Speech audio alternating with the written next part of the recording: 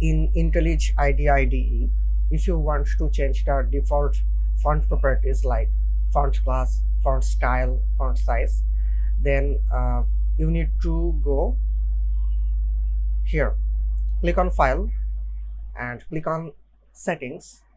The shortcut key for Windows is Ctrl-Alt-S, right?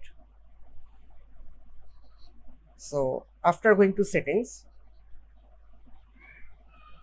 all right, simply click on Editor, and from Editor you need to click on Fonts. Now in this window you may customize your properties however you want. Like you may change your font class, you may change the size, like, and you will get an overview right here.